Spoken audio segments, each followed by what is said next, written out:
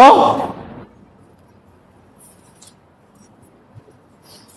The things are happening at the time of speaking. කතා කරන මොහොතේ වෙන දේවල්. දෙක temporary actions. ඊළඟ දෙවන තුන්වෙනි භාවිතය. සූදානම්? Future arrangements. I am passing my exam. She is getting married in March. ඇය බඳින්නේ මාර්තු වල. හරි ඊළඟට number 4.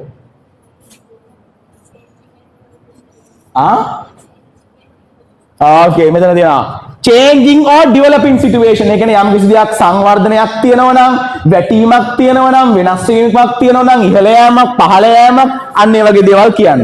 පස්වෙනි භාවිතය repeated actions with always. ඒ කියන්නේ ඔයා criticize කරනවා නම් කාට හරි, ඔයාට කලකිරීමක් තියෙනවා නම් කිසි කාරණාවක් ගැන, ඔයා නිකන් පොසිටිව් දෙයක් ගැන කතා කරනවා නම්, සර්ප්‍රයිස් වෙන දෙයක්, අපි මේක පාවිච්චි කරනවා. පැහැදිලි?